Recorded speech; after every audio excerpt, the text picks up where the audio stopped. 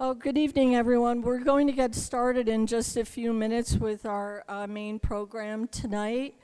And I just have a few announcements to make. I'm Maura Jacobs. I'm president of the Bennett Valley Community Association and also happen to serve you as president of the Bennett Valley Grange as well.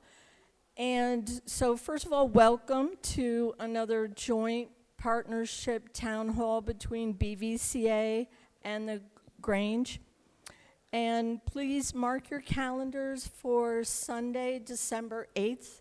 We'll be having our holiday open house here, and that's a fundraiser for the building. It, as you can imagine, over 150 years old, it needs constant TLC, so we really appreciate any donations to the building fund. And that day of December 8th, if you would like a handmade wreath for the holidays, we'll have people here that will help decorate a beautiful wreath for you or help you make it yourself. So it's fun. And we have several fun and interesting volunteer positions available both at the BVCA and the Grange, and including board positions. So please, I encourage you, it's a great way to get to know your neighbors and to give back to the community. My contact information is on the BennettValley.org website, and those little cards with the QR codes that Chris and Robert are responsible for making, thank you. It's a real easy way to scan so you can stay in touch with us by getting the beautiful Voice newsletter. If you don't already get it, I really encourage you. It's a great way to learn about Bennett Valley and stay in touch. And then the last thing, let's say, is that, tonight we are requesting donations, especially for the Bennett Valley Conservancy Fund, and all of those donations go towards what Craig Harrison will be speaking to tonight. So I just want to give you a heads up on that. When you hear Craig's great presentation, any donations to that fund will help us win. And winning is so important to keep Bennett Valley safe and beautiful. So let me introduce our two fantastic speakers tonight.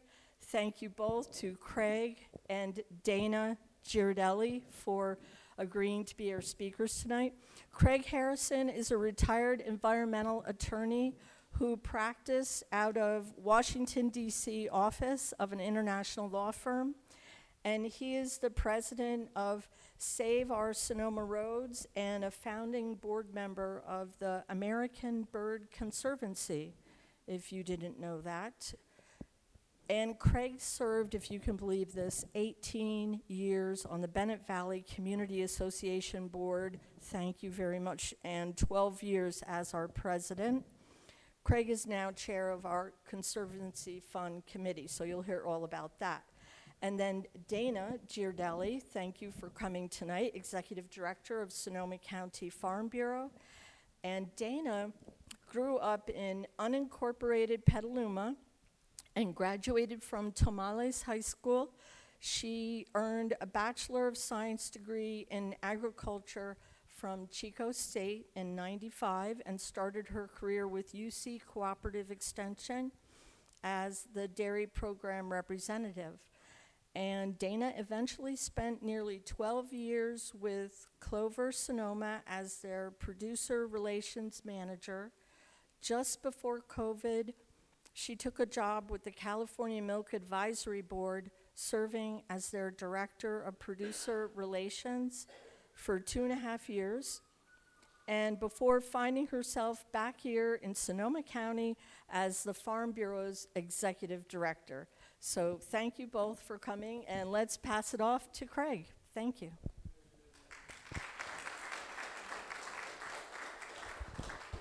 So thank you. I'm going to be talking about land use issues tonight, and some people in the past confuse talking about land use with whether you ought to use marijuana or cannabis. Prop 64 used the word marijuana, by the way, not cannabis. They changed it to cannabis later. And whether you choose to use it or not, that's your business. But when you're dealing with public policy and land use, that's everybody's business. So that's what I want to focus on tonight. The ordinance was initially passed in 2016, was amended in 2018, and now they're getting ready to amend it again. And we're expecting to see the draft environmental impact report, and that's commenting on that is where we have our biggest impact. We're going to see that sometime in January, and comments will be due in February, early March. Just depends exactly how that plays out. I plan to leave time at the end for questions, so hold the questions to the end, and I'd be happy to try to answer them. So let's go to the next slide then. Briefly, the revised ordinance is a complete disaster for rural areas, and especially Bennett Valley, but there are many communities similar to ours all over the county that feel the same way. The stated goal of going back and revising the ordinance was to increase neighborhood compatibility between cannabis uses and surrounding neighborhoods. And as you'll see as I go through this, that isn't what they're proposing to do at all. It's way worse for rural communities, including Bennett Valley. They're going to be allowing cannabis to be grown on more parcels, smaller parcels, closer to homes, and there's going to be they're proposing a lot of incompatible activities, which I'll talk about in detail. So next one. So one thing to bear in mind, and it's really a conundrum for those of us who are trying to understand why the county does what it does.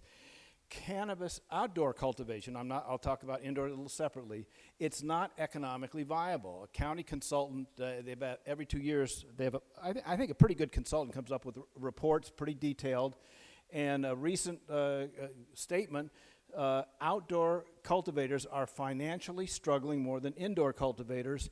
Outdoor cultivators are struggling to sell product at a cost that covers their own, at a price that covers their own costs. They can't make any money on it. We do not foresee prices returning to the previous highs. The levels were pretty high for quite a while. They've come down with competition, both legal and illegal, and they're not making money at it. Next slide, please. A report came out, I think it was just in September, an ag report using data for 2023. You know, government reports are always a year behind. So total acreage has declined from 46 acres in 2021 to 13 and a half now. That is a clear signal that things aren't happy in the marijuana world. For indoor, on only 3/4 of an acre, they got $9.5 million revenue. On outdoor, on almost 13 acres, they only got $15 million revenue. You don't have to be a math genius to see if you really want to make money on this thing, if that's what it's all about, and that's the only thing I can see the county is interested in, you ought to be focusing on indoor. The growers do better, there are fewer environmental problems, the county gets more revenue. But that's not what county policy is doing.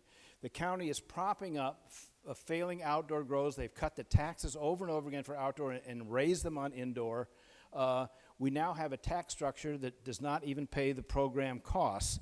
So we are getting to the point where your property taxes and your sales taxes are being used to subsidize an activity that causes harm to you and your neighborhood. This is great government. Cannabis is never going to generate big revenues for county programs. Some of you may remember in 2016 there was this green rush. I remember in 2016 in the West County, one of the supervisors ran on the pot for potholes slogan. The county departments were falling over each other. Who's going to get in line to get the pot revenue? Well, there ain't no pot revenue. There isn't. It's being subsidized. So next slide, please. In my opinion, and the opinion of most of us, I think, in the Neighborhood Coalition, is that most outdoor cultivation should be banned. You shouldn't even allow it at all. There's a lot more environmental damage than indoor. With indoor, you can have a filtration system that removes the beta-myrcene and the objectionable odors. It's easier to keep track of what's going on with water. There's less security problems with break-ins and that kind of thing. Most folks probably don't know this, but cannabis is actually cultivated outdoors in grow bags. I'll have a picture of one in a minute. It's heavily amended soil. There's no terroir here. The notion that we're going to sell Sonoma County terroir marijuana. It's silly. That same grow bag could be in Lake County or Mendocino County or Texas. It's just the same stuff that's a lot of chemicals and heavily amended. Typically, there's no native soil in it at all. Hoop houses, which I'll talk about a little bit more in a minute, can double the growing season, and so that becomes a problem in our area. There's no other Bay Area county that allows outdoor grows. Napa doesn't allow it, Solano doesn't allow it, Marin doesn't allow it, Alameda doesn't allow it, on and on and on. Why is Sonoma County sitting in the corner with a dunce cap? I can't explain that to you, but that's where we are. Next one, please. Here's what hoop houses look like in Santa Barbara County. Anybody want that in the middle of Bennett Valley? Didn't think so. Or anywhere else. Coming up 101, this is not a pretty sight. Next, please. So you heard a lot from Libby about this, and so I'll cover some of the same ground, maybe a slightly different angle on it. Outdoor cultivation spews carcinogens into neighbors' homes. That skunky odor that's especially now, this time of the year, during flowering harvest, is largely the terpene beta-myrcene. I went back through all the environmental documents for the 2016 ordinance. I looked at and I word searched for beta-myrcene. The word did not appear anywhere. Nobody talked about it, even though it was listed as a carcinogen the year before. The county missed it. You can say the public missed it, but what are public agencies here for to figure out? That's not up to us to have raised this issue then. So it hadn't come up. California in 2015 deemed beta-myrcene to be a carcinogen. There is no safe harbor level for exposure. So this is a good example of a business putting profit over public health. Next slide, please. What are the health problems? Well, on just the more mundane level, people have headaches, they have coughs, they have nausea, eye irritation. I have friends who are out in Sebastopol living next to a grow like this for a couple of years that they couldn't open their windows much of the year. And I know some people on Matanzas Creek Lane last September, October had the same situation. When you inhale this, it enters directly into your bloodstream, kind of in response to one of the questions we had earlier today. Long exposures and higher concentration increases the risk of toxicity and the risk of cancer. Even when we get our paper out on looking at the analytics of this, you can see that even one season could be toxic to liver and kidneys, and a few years can exceed the carcinogenic dose in animal tests. The risks are far greater for children and fetuses just because of the way they're growing. That's with almost any exposure to a problem. Next, please. So here is a picture. This is the map of the Bennett Valley Area Plan. The center there is the Matanzas is Wellspring Road. These were based on reports last October. And if you smelled it and you don't think your house is here, let us know. We'll put another black dot for you. Each concentric circle is 1,000 feet. So you can see for well over a mile, and certainly within the first half and 3/4 of a mile, people were smelling this and complaining about it quite a bit. So next, please. And thanks to Chris for putting that great map together. She's a genius at this stuff. So what could our future be? Huge marijuana plantations are possible. The cultivation cap right now per parcel is 1 acre. It's going to go to 10% of the parcel size. So to use our famous Wellspring Road cultivation site, which is the biggest one in Bennett Valley that's ongoing, it's 65 acres. So it could go from 1 acre to 6.5 acres. There's several nearby properties that are 40 to 60 acres. It is not fanciful to see our future of having 40 acres of marijuana in the center part of Bennett Valley. We have thermal inversions here. The last couple of nights when it's been hot, I get up in the morning at my house and it's 72 to 75 degrees outside. There's a hot cap on our air. I think Bennett Valley, parts of it could be unlivable during the autumn if we had this kind of growth. Next, please. So the only way you can control outdoor odors is by distance. There is a fantasy put out by the growers. Oh, if I planted some eucalyptus trees or some fir trees, and after 30 years they'd grow enough and they'd stop the smell. Well, they don't. They will never stop the smell. The ordinance requires 1,000-foot setback from schools. That's inadequate, but I just want to show the conundrum and the kind of the odd thinking we get out of the county. So children, and the proposed setbacks for homes is 100 to 600 feet, depending on details I won't get into here. So children are protected for 40 hours a week while they're in school, but you go home for 120 hours a week, and you're not protected. Now, where does that policy come from? In my opinion, and I think probably most in this room, no one should be exposed to a carcinogen unwillingly, not in the United States, not in California, not in Sonoma County. That is just comes with the territory. That's the kind of thing you might have had to put up with 100 years ago, but not today. Odors should stop at a grower's property line, otherwise you're trespassing. Next slide, please. The ordinance now forbids public nuisances, which are defined as allowing a grow to adversely affect the health or safety of others, and that includes odor. The revised ordinance is going to remove this provision. They're going to take this away. Why would any supervisor, unless you have some hatred for the rural residents of this county, want to lessen health and safety provisions?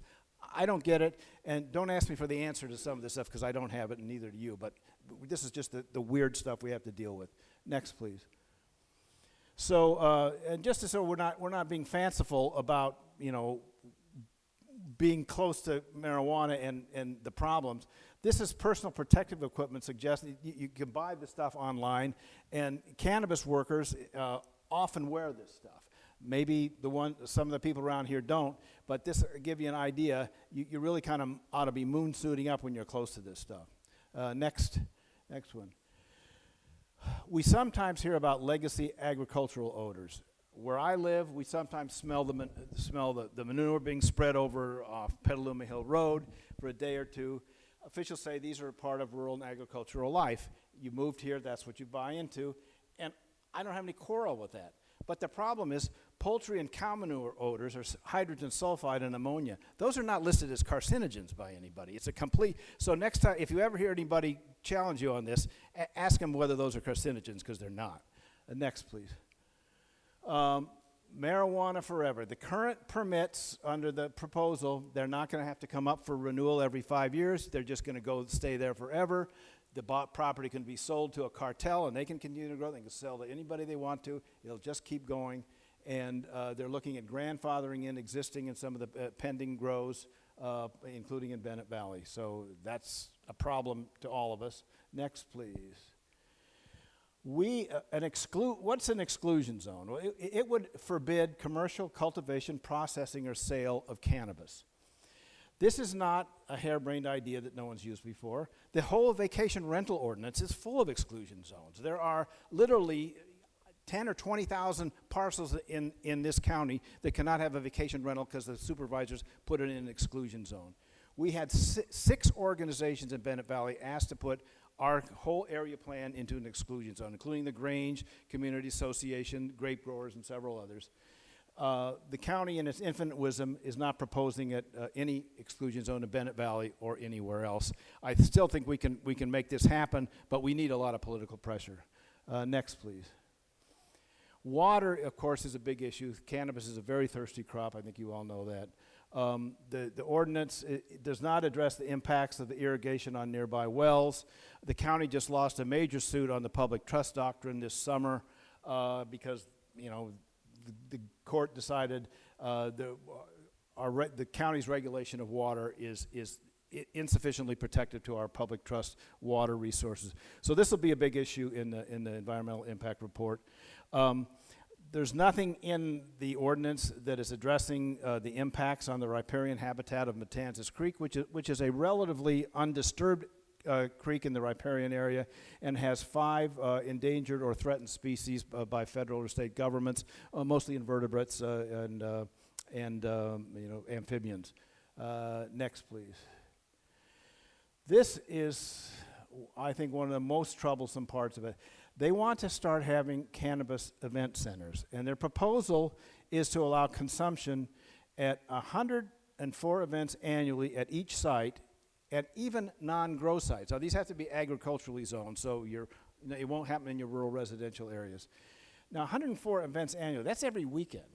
Well, this guy's every weekend, and that guy's every Monday and Tuesday, and that guy's every Thursday and Friday. We have a ban in our area plan on commercial activity, and I think we should litigate this as far as we have to if they're going to put these things in there. This is commercial activity which is banned in Bennett Valley. We have the most protective area plan in the county, and perhaps one of the most protective ones in the state. Events would be a nightmare on narrow rural roads. I probably don't have to explain to you what our roads are like.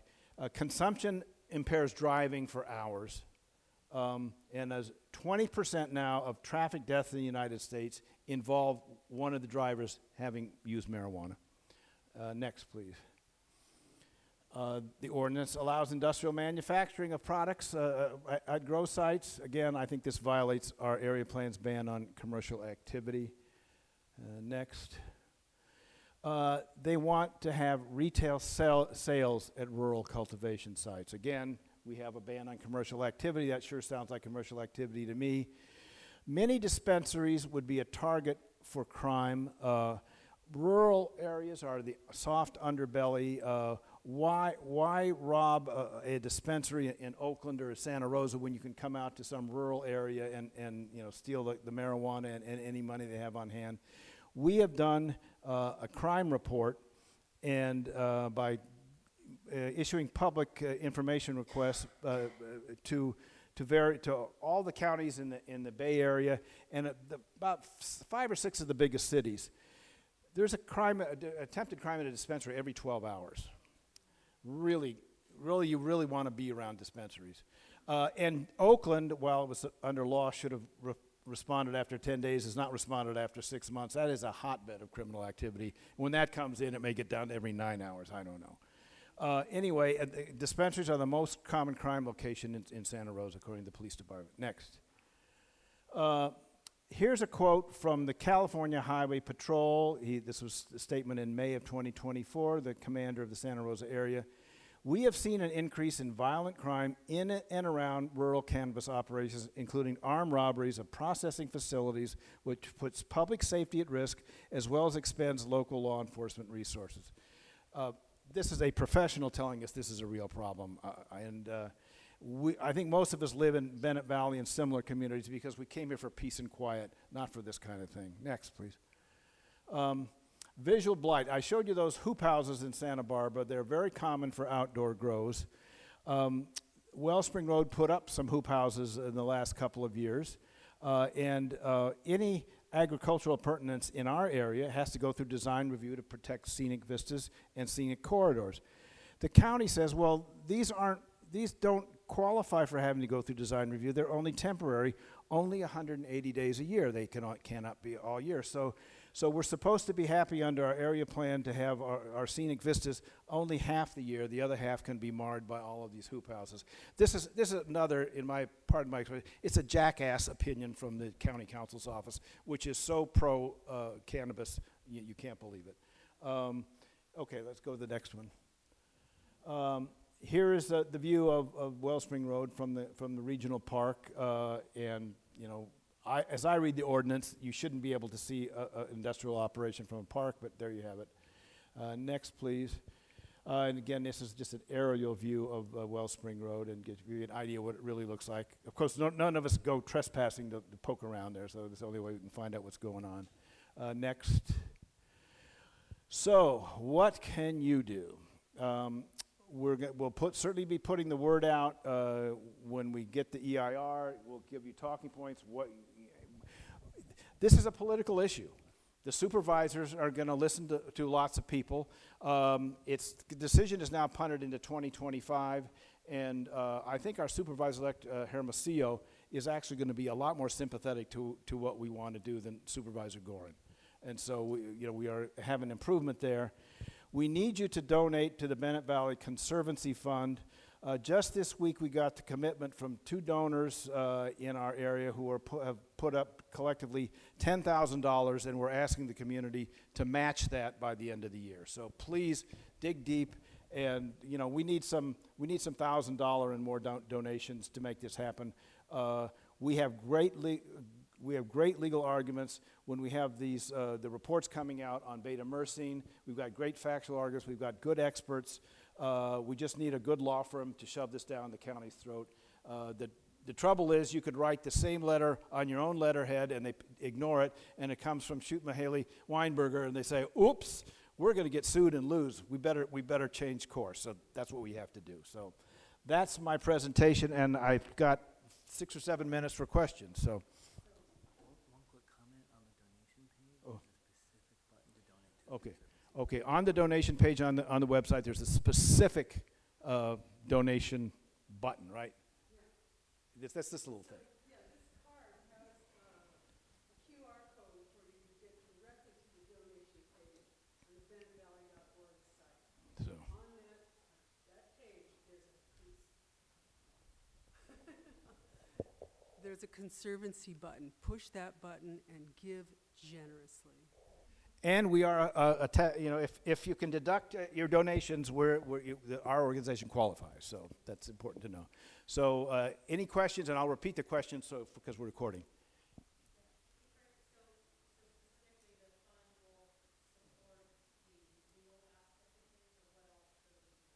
Well, the fund right now will be devoted. The question is, what will the funds go to? Right now, they're going to go to the permit on Wellspring Road, which is going to be coming up for conditional use permit. At other times, there are other projects we may fund from the Conservancy Fund, but that's what's up in front right now. You said all the other counties didn't allow outdoor grow. How did they? Okay. How do they know that? So the question is the other counties in the Bay Area didn't allow outdoor grows. How did that happen? That's a good question. I think they're just being more careful. Napa is very protective of its wine industry, as I understand it, and they thought that getting cannabis going and having, the cannabis trails and this kind of stuff that some of these promoters are pushing would actually undermine the Napa wine industry. So that's what I think happened there. But each county has its own politics and why things happen the way they do. I really couldn't tell you for sure. But some of them don't allow grows at all. But mostly, if they are allowed, they're indoor. Will the slideshow be on the website? Yes, we can post it. We will. Yes.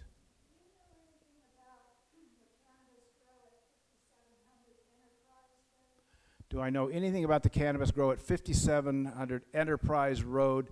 It's, as I understand it, a small ministerial permit for 10,000 square feet. Other than it seems to be going forward this year, I don't know a lot about it.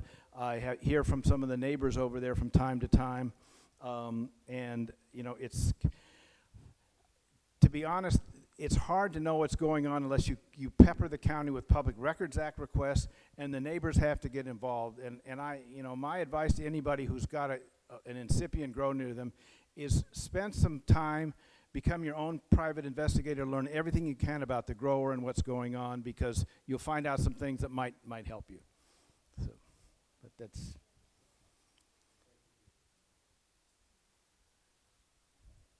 Okay, I think that's it. Well, I'm going to pass the baton now to our great speaker from the Farm Bureau, and I hope the Farm Bureau is going to help us out on this cannabis ordinance too.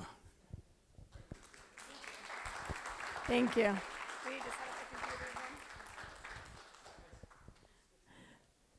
I might need to start. I have to start my computer again, so give me just a minute.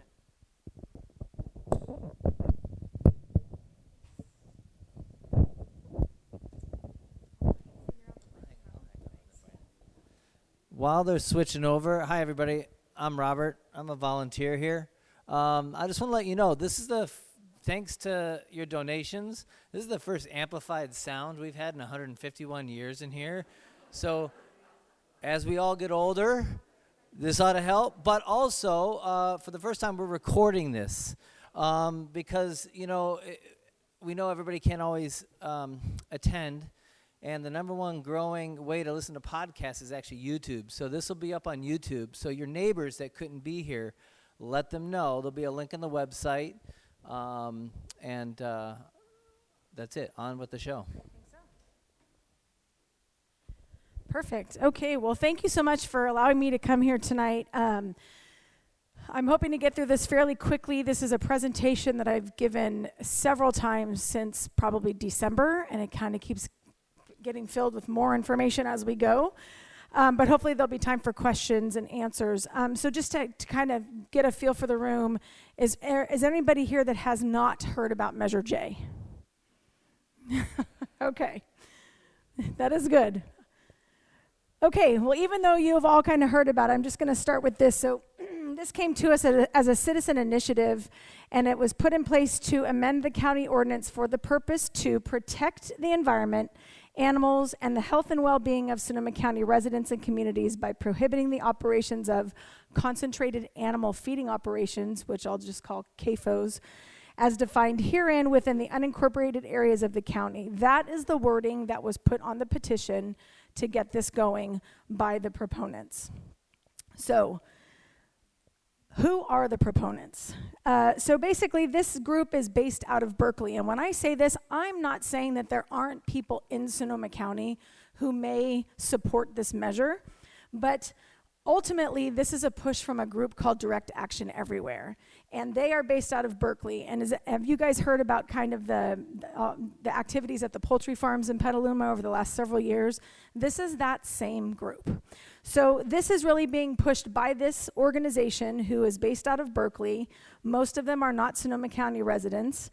As you know, they've been arrested and charged for a lot of their activities for trespassing and conspiracy to gather. Their leader, who is no longer part of their organization because he's not allowed to be, was prosecuted here in Sonoma County, and there's currently another case for another one of their people that will start November 1st. They'll start under a jury trial because she went in and trespassed and stole chickens and actually broke into the office at Petaluma Poultry Processors. So she is being tried for that. Ultimately, this group, they're pretty extreme. They talk about that they do investigations, that they are DXE or factory farm investigators. We still are trying to find out what their qualifications are and exactly what those are. But within their investigations, they trespass in the evening. They utilize cameras. Drones are constantly flying over dairies and poultry operations. And they're just in general trespassing. So as you can imagine, a lot of the footage that they get is in the middle of the night. It's at a time when the farmers aren't around. And I don't know about you, but if somebody broke into my house in the middle of the night, I'd probably go crying and running into the corner and be shaking, and that's what these animals are doing. So they're taking a picture of all these animals herded together, and that's what they do. And, somebody's going to walk in at night, and they take a picture, and then they put a narrative behind it that says all of these animals are crammed in a certain space. So they're creating a narrative because ultimately they just don't fundamentally agree with animal agriculture, and they want everyone to live like them, which is vegan and without animal protein. So their goal really is to eradicate animal agriculture by 2040. So what is Measure J? So what they're proposing to do is to take the US EPA definition of a CAFO and insert it into the County Code of Ordinances. And so within doing that, so let me just talk a little bit about the US EPA definition, and it can get technical, so I'll try to be as broad but descriptive as I can.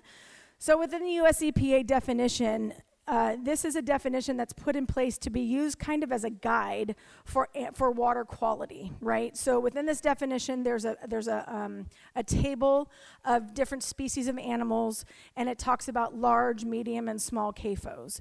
And so under a large CAFO, it'll say if a certain amount of animals within that species and that population triggers, a water quality kind of oversight, basically saying, so I grew up in the dairy industry, so it's always easier for me to talk dairy. So for a large CAFO, a dairy farm would be 700 mature cattle, 700 mature cows. So what that is the US EPA right now with that definition, that's being overseen by our North Coast and Bay Area Water Quality Control Boards. So this definition is actually in place today. All dairy and poultry, all of our farms are in compliance. And it's just a guide that says if you have 700 cows, we want to make sure that you have the proper infrastructure to control your waste, then we're making sure we're protecting water quality. And again, I want to emphasize that all of our farms are in compliance. By this group saying and kind of being virtuous and saying we're going to take this definition and put it in the county code, what it's saying is if you have 700 cows, you can't exist. That's it. It doesn't matter if you're organic. It doesn't matter if you pasture. It doesn't matter. There is no merit behind it. It just says if you are a certain size, you can't be that size. That's all it says. And behind that, for them, they're trying to say that this will protect the environment, that this will protect animals. The US EPA definition has nothing to do with animal welfare. And I can tell you that this very measure and the way this is written for the ordinance certainly has nothing to do with animal welfare, and it certainly isn't going to do anything beneficial for our environment. Within this, they allow, that'll be a 3-year phase out. So if this were to pass, these dairies and poultry operations have 3 years to come into compliance. This will be overseen by the Ag Commissioner. And so with that being said, this is not a tax. So if this were to pass, our county budget will have to be altered in order to fund this unnecessary program. What's very problematic about this, honestly, is the part that's in bold, which is it authorizes enforcement by any interested party. So that just opens the door for these people to be able to circumvent kind of what they're virtuously trying to put forward. Also within this ordinance is the ability for lawsuits and being able to have them come and enforce, and there's daily implications and financial implications. So it becomes a whirlwind. And knowing what their end game is, obviously this is of great concern. The other virtuous thing they're putting within the ordinance is that the county will be charged with retraining employees that are displaced by affected businesses. So just farm worker employees. Again, this is something that's not taxed, so now the county's going to have to figure out how to adjust the budget in order to pay for these programs. And the Ag Commissioner has figured it'll be about $1.6 million annually just for salaries and budget, or salaries and benefits. And the county is not quite certain. There's a lot of if this, then that, but when it comes to retraining, they're figuring it'll be about 1.5 million. So again, what's going to give in the county? What's going to give in the budget? Are we going to lose public safety? Are we going to lose public infrastructure? Something's going to have to give so that these unnecessary programs can be funded. So just to kind of clear misinformation, I think I already mentioned some of these. The EPA does not regulate animal welfare or animal humane practices. So the US EPA definition, again, is just there to ensure that there's proper infrastructure and management taking place to protect water quality, and again, everyone is in compliance. Within Sonoma County, most of our farms are third-party animal welfare certified, which means they have a third party come in and audit their farm for animal welfare practices. Most of our farms are also organic. So if they aren't third-party certified for animal welfare, they are organic. And within organic, there is a component within there that oversees animal welfare. But I can assure you that most of our farms are actually both organic and third-party animal welfare certified. The term factory farm really gets under my skin because the term factory farm is really used by the activists as a scare tactic. There is no quantifiable definition of a factory farm. It is subjective. And they are using the term factory farm synonymous with a CAFO. They are trying to say that, that a factory farm is 700 cows and that's it. And so it's really, again, a scare tactic. There's no definable definition. And again, this measure really vilifies, our farms simply based on the number of animals. There's no consideration for practices, certifications, compliance. I mean, here in Sonoma County, we have, I'll just go off dairy. There's 50 dairies, 42 of them are organic, which means they all pasture. So if we have a dairy that has 700 cows, they have double the amount of acreage because they have to pasture their cattle. So I guess another key component I should tell you is that part of being a CAFO is being an animal feeding operation.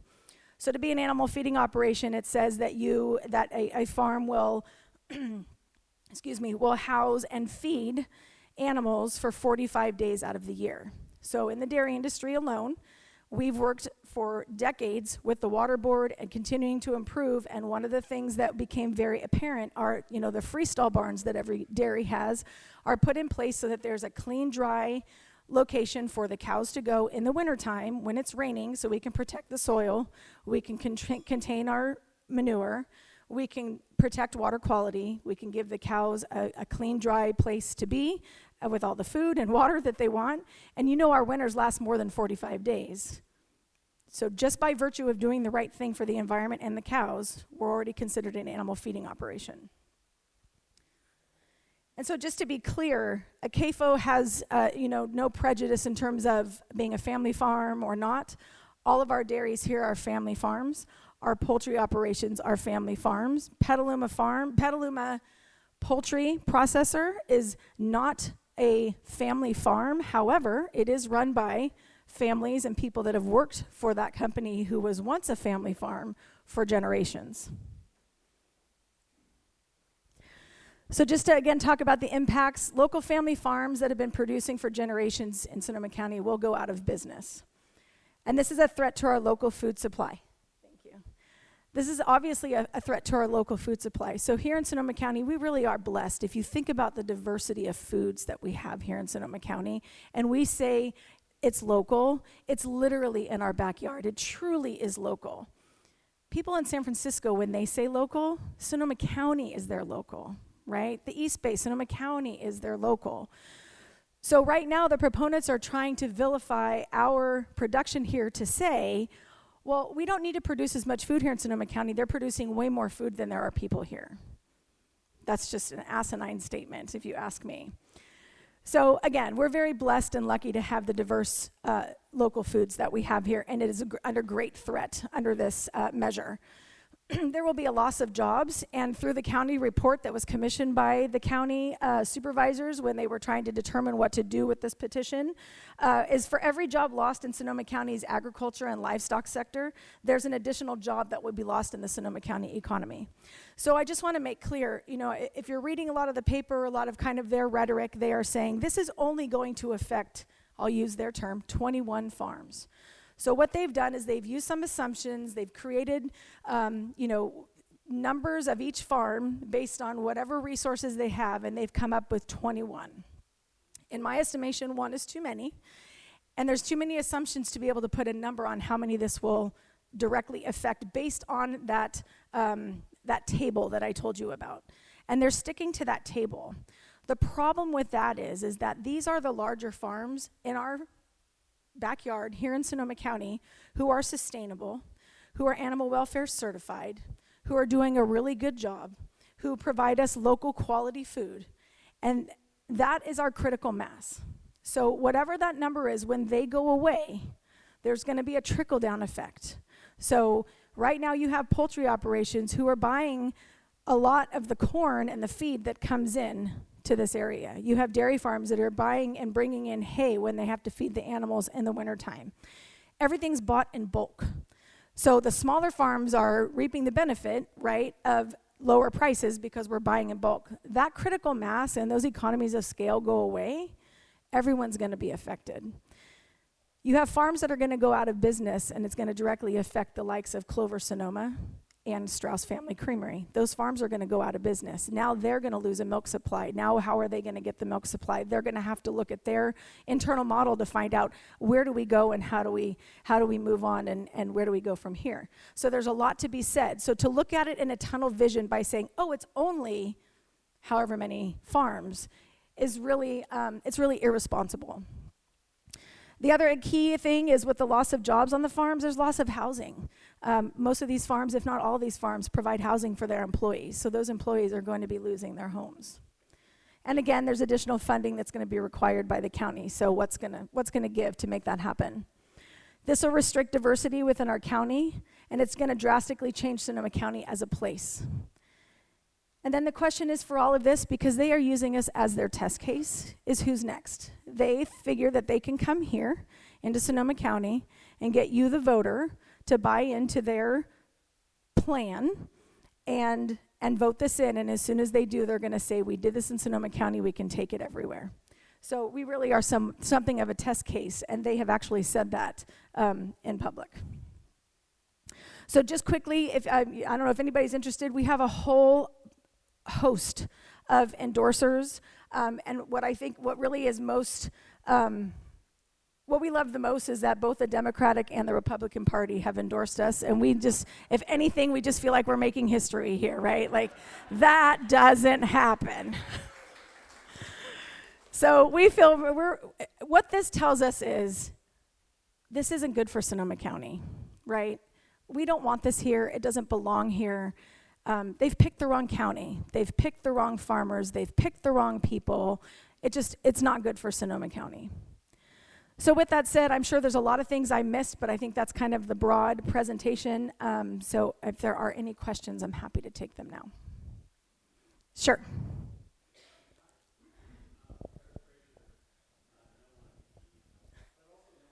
Excellent.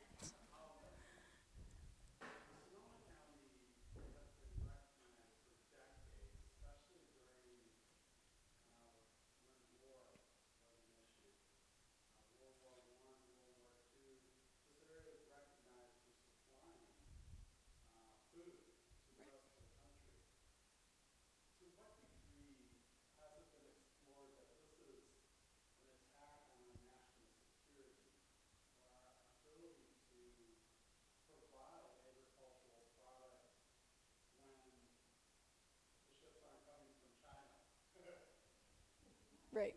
So the question is, if I can paraphrase, has this kind of been looked into as a food security issue or even a threat on our, really just our commerce? And I would say I don't know that it's been looked at, but I think we all should be I'm sure it has been looked at. I view it that way.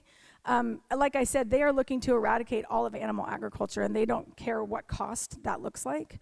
And to your point, even at COVID, right, we saw things flying off the shelf, but yet we had milk, we had eggs, we had meat, we had things right here in our backyard. So I think we should be concerned for our food security in the long haul, because like I said, this is a petri dish right here, right, for them. This is a test case.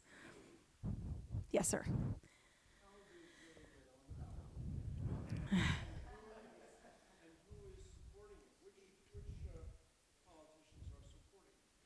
So Measure J got on the ballot because it was a petition, so they stood outside different stores and locations here in Sonoma County and asked people if they cared about animals and they want to protect animals, and they should sign the petition.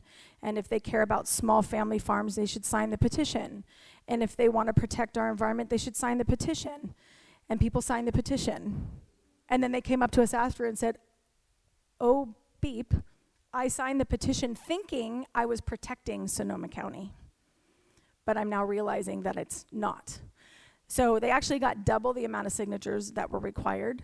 So they're hanging their hat on that, but they also did it in a very, disingenuous way. The other part to your question was, who's supporting it? I don't know of any politician, especially locally, that's supporting it. So all of our federal, state, and county elected officials are no on J. All of the cities, well, I'm not going to say all, Cotati is bringing it back up today. I could check my phone. Somebody may have let me know how that went, but I'm confident. What's that? Thank you. I'm confident that they will come out as a body as no on J, but just about every city council member that's in Sonoma County is no. They don't have the support of local elected officials. They also really don't have the support of local environmental groups. The Press Democrat, I thought they were going to come out with their position on Sunday, but they chose to give their position on Napa. So I'm hoping this Sunday they will give their position. Somebody else had a question back there. I think I missed that. Oh, thank you. I'm sorry? So we've conducted 3 different polls. Oh, sorry. Thank you. They asked about polling. So we've conducted 3 different polls. We did one really early in December, knowing that they were in the petition, just to kind of get the temperature of our voters here. And the original ballot question was read, and the original ballot question has since changed. So the original ballot question read, to protect animals, the environment, and other goals, shall the county adopt an ordinance that prohibits CAFOs, so on and so forth. We read that in the very beginning and did a poll, and when we got done, it was at 57% said no and 41% said yes. Fast forward to July, the ballot question changed because we pushed back and said that is not a neutral question. You're leading into what they think it's going to do, what they say it's going to do, but we have no proof that it's going to protect animals because it won't. We have no proof it's going to protect the environment because it won't. I'm sure it will allow for other goals to be protected. So the county agreed and they struck that first sentence. And so right out the gate with that next poll, we gained 11 points. So that final poll came out at about 70% no and 29% yes. We just got done with our last poll just to kind of say, like, are we still on track? We still doing okay? And we gained another 5 points, 7 points. So I say that to be very transparent, but I also get nervous in saying that because I don't want people to take it for granted, and I don't want us to think, we got this, right? Like, it's so important that everybody still make sure that they vote on this and we get everybody to vote. And this ballot is going to be a page turner, right? Like, there's a lot of stuff on this ballot. And so Measure J is going to be towards the end of the ballot once you get through the feds and you get through the state and we get all of those things. So we really have to encourage our neighbors to ensure that if they're so frustrated with everything, just open up the ballot, put no on J and turn it in.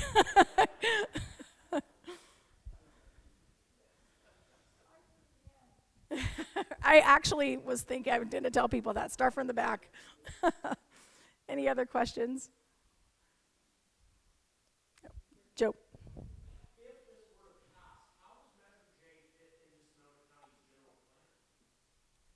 That is a great question. I don't believe that it does, and I think that if this passes, it's certainly not going to go into action right away. There's a lot of pieces that have been pulled out. I mean, people have asked about the right to farm. How can this happen with the right to farm? I don't know I don't know how.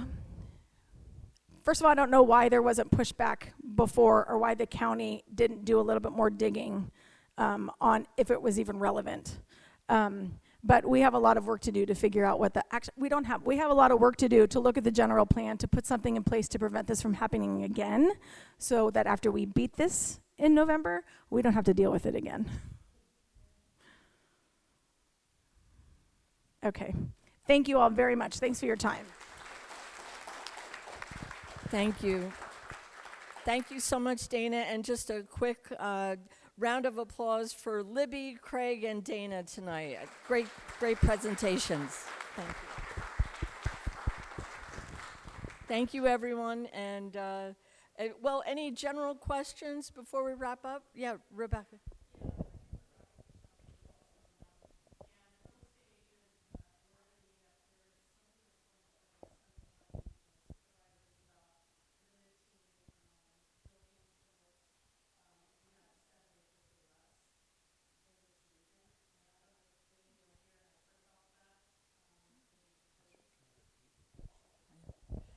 Yeah, there was a question. Rebecca, do you mind coming up just to say that? Because it's a little bit more complicated. Has anyone heard of this? Yeah, I was notified. My name is Rebecca Kashani. I was notified about the Board of Supervisors are going to be having some approval on October 15th about a proposal to not allow people with 7 acres or less on the Sonoma Mountain region or Bennett Valley due to the fault line. And I was wondering if anybody has heard about this. Okay. So I'm going to dig into it a little bit more, and I will let Maura know about it, because I think it impacts a lot of us here if you decide to want to build additional buildings. Good. If Rebecca's on it, we'll get the information. Thank you, Rebecca. I don't know if everyone knows, Rebecca served on the board with us recently and was one of the major the leaders of the effort to protect Sonoma Mountain from the different park developments that they were planning that none of us wanted. So thank you again, Rebecca, and everybody else for made this possible too. Chris, Robert, the whole team. So thanks, everybody. Thank you.